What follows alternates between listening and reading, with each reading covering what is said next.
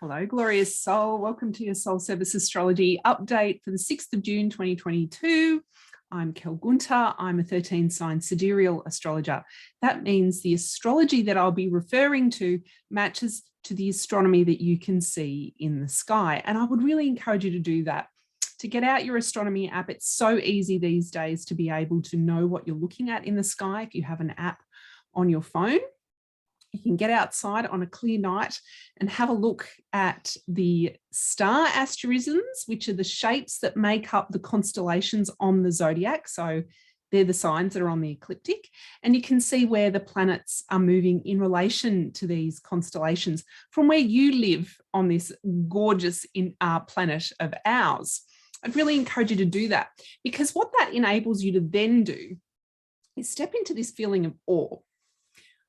Awe is an amazing emotion, and it has been demonstrated clinically to allow us to step into that feeling that there's something greater than us. And that's my intention when I present to you these forecasts each week, is if you can explore your environment, either the season that you're in, or perhaps it's your garden, or perhaps it's your balcony, or perhaps you take my advice and look at the night sky and step into that feeling state of awe with our natural environment, so that then you can come into this feeling that, oh, there's something bigger at play here.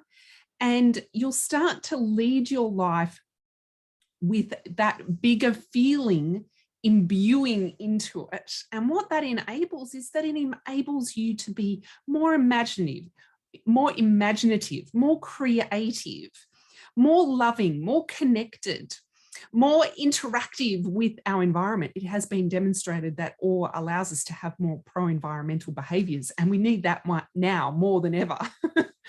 So that's why I would encourage you to look at your environment when you're listening to my astrology. And that's what I've just explained to you, is tending to our ecological self.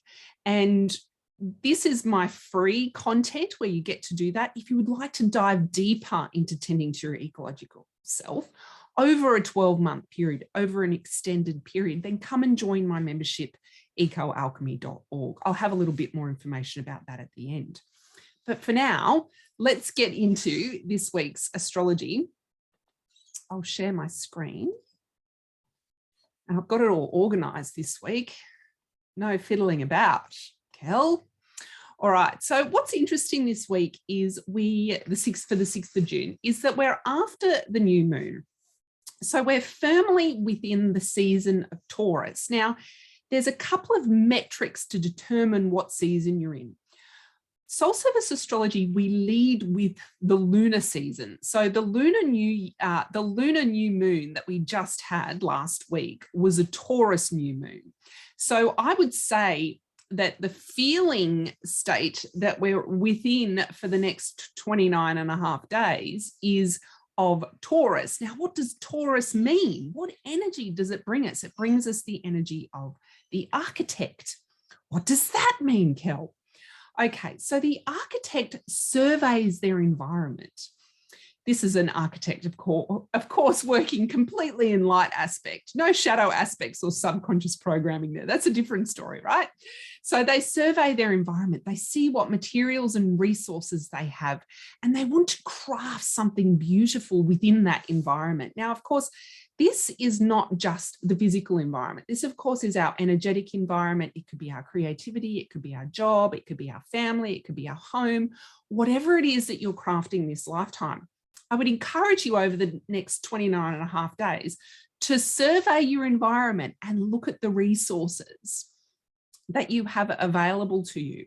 Now, this week, there's not a lot of big aspects happening, but the moon is still moving through its phases. So if we roll with the phases of the moon, and over the course of this week, we've got crescent moon, and then we're going to shift into first quarter moon, and then we're going to shift into, I think, gibbous moon by the Sunday. So if we go back to the 6th, so we have these 3 moon phases that we're moving through. So this presents an opportunity using your feelings and your emotional intelligence as the driver to start exploring your ecological environment and to start exploring your soil. Now, we all come from the soil. We all return to the soil. So the soil is really important. And an architect would look at the soil. An environmental scientist looks at the soil too, which is what I would do in my former career. I definitely look at the soil.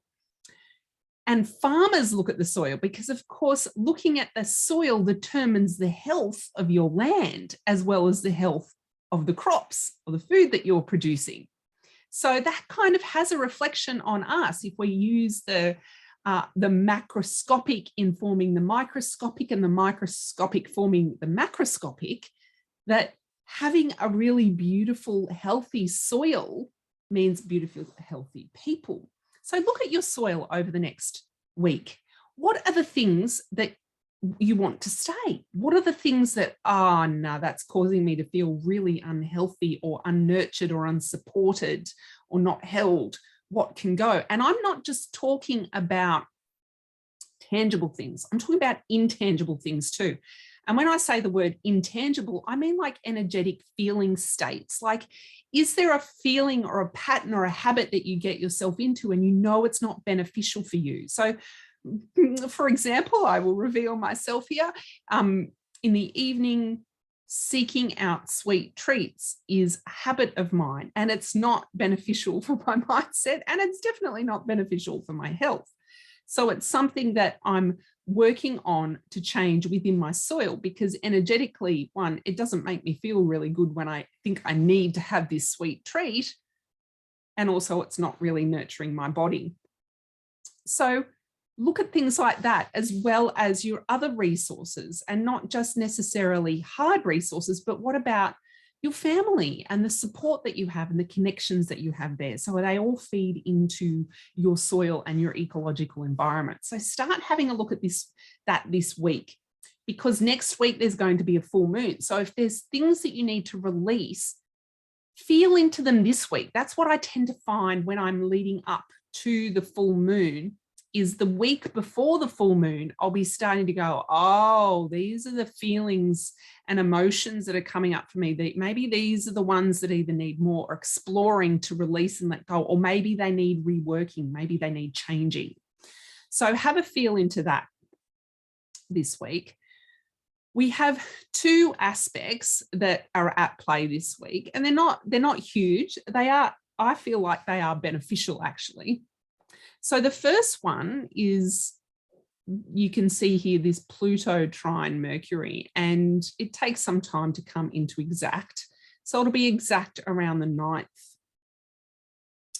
9th of June, which is the Thursday. So that's the Thursday, Friday, it will be exact. But it's, as you can see, it's there all week.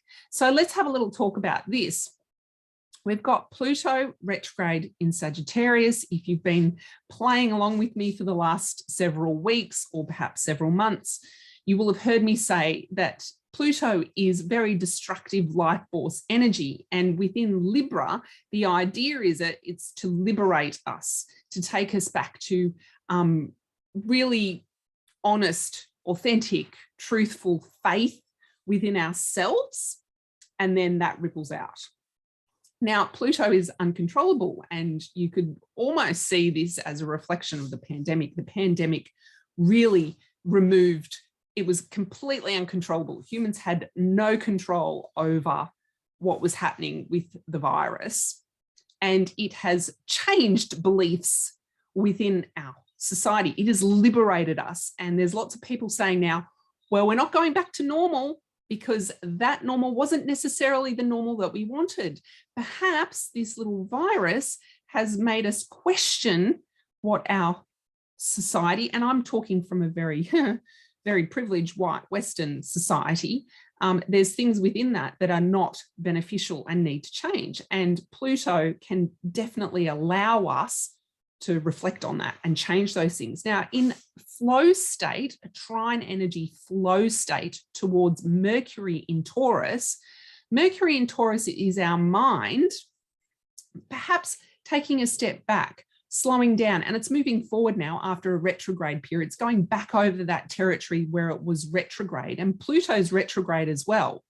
So this should be easy to start really clearing out those limiting beliefs in the mind. So perhaps you can step into a feeling state of, maybe it's really easy to reprogram those bad habits of mine. So take my sugar habit, for instance. As soon as the kids are in bed, I'm seeking sugar. Well, maybe if I can have the belief this week and continue practicing it to start forming new neural pathways, it's easy for me not to eat sugar once the kids go to bed. It's really easy for me. So feel into that for you. What are some of the beliefs that you tell yourself that you think you need to hold on to, but in actual fact, you can liberate yourself of them and it frees your mind up? I'm also playing with the information I'm consuming. So this could be something that you could be thinking about too, in particular with our very technological society at the moment, and the freedom of information, the volume of information that's available. Like, maybe we need to just not be absorbing some particular types of information. So maybe you can do a little check-in on that, because it's much easier to let go of those things right now. So explore that feeling for yourself. And then later in the week, we have, let's see, we have, as you can see, Venus and Uranus coming in conjunction all week. And they are exact on Saturday the 11th. Oh, well, they're coming into exact there. Yeah, they're exact on the Sunday. So let's have a look at this. This is really actually quite, I have a lot of fire in my chart, so I quite like this energy. However, if you're not used to really electric, fiery energy, this might feel discombobulating for you. I would encourage you to sit with it, however. So Uranus is like the rebel with a cause. It's the warrior with a cause. It's not warrior without a cause or rebel without a cause. It's, we've actually thought about what it is that we're seeking freedom for. So explore that. What does freedom look like for you? And this is Uranus, right? This is not logical. This is audacious, right? This is audacious. What does freedom look like for you?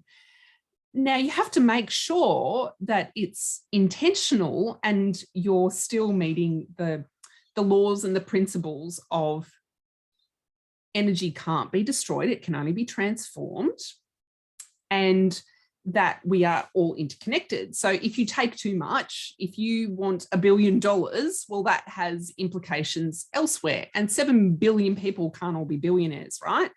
So look at your audacious vision and what is driving that? Why, right? Now, with Venus there, I would encourage you to take a moment, or maybe several moments, to sit and feel with this really lovely, creative, regenerative energy that's there. And with, of course, the Taurus energies there, you're looking at your soil. Venus and Taurus work really well together. What resources do you have now to start creating and start step by step building towards this audacious vision of freedom that you have, right? The steps don't need to be huge, but my suggestion is that you start to really focus in on it and make sure that you're being driven by your why. Because let me tell you, I've gone off the track multiple times and I've made my vision far too complicated. The more simplified, the more us our vision is the easier it is for us to take steps on that pathway. It can be joyful, it can be fun, it can be pleasurable, it can be experienced through all the joys and the bliss that life has to offer as well. So we could embrace that feeling too, that beautiful feeling towards that freedom. And if we can embrace that and start to live it, then other people will start to feel that as well. And it gives them permission to do that too. Well, of course, also making sure that we're checking with our unconscious biases there and we're not taking too much. So that's just a little ecological aside there as well. So that's really this week's energies. I'm going to stop sharing for you to play with. Now, of course, they're all invitations. I want you to really use this information, not just go sit there and go, oh, that's nice, that's going to happen to me. No, you get to play with this energy. You get to experience the planet. You get to experience what you're going through this lifetime. And if you want to make changes, you can. And that's the co-creation that you get to play with this lifetime. And isn't that joyful? So if you would like to explore and play some more and come back into tending of your ecological self, then please do join up to ecoalchemy.org. That's it from me this week, and I will see you next week. And if you haven't hit subscribe, hit subscribe, because I will be back in here next week with the weekly celestial energies.